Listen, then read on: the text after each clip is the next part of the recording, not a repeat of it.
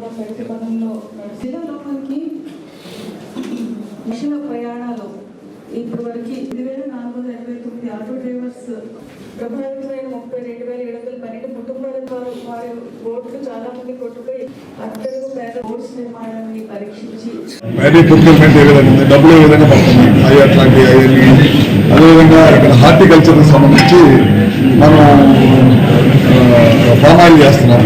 Palm oil పంట ఏ విధంగా పెంచాలి, ఫిషరీస్ ఎంత శాతం జరుగుతుంది, ఫిషరీస్లో ఉన్న ఇబ్బందులు ఏంటి, ఇట్లాంటివన్నీ మన కాలువలు పనితీరు, కాలువల్లో నాచుంటే ఏ విధంగా తొలగించాలి.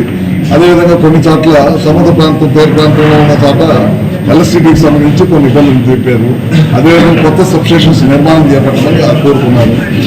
కొన్ని సబ్స్టేషన్స్ అయిపోయి ఛార్జ్ చేయించుకుంటాం, కొన్ని కొత్త సబ్స్టేషన్స్ అడిగారు. ఇట్లా అనేక సమస్యల మీద, జిల్లాకు సంబంధించిన సమస్యల మీద, రెగ్యులర్గా ఉండే సమస్యల మీద అన్నిటి మీద కూడా చర్చించడం జరిగింది. కొన్ని మా చేతిలో ఉన్నాయి కానీ, కలెక్టర్ గారి చేతిలో ఉన్నాయి కానీ డెసిషన్స్ ఇక్కడ తీసుకుంటాం.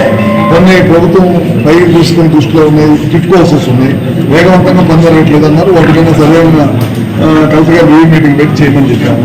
ఇట్లాంటి రకరకాల వివిధ సమస్యల మీద అన్నిటి మీద కూడా చర్చించుకుంటాం.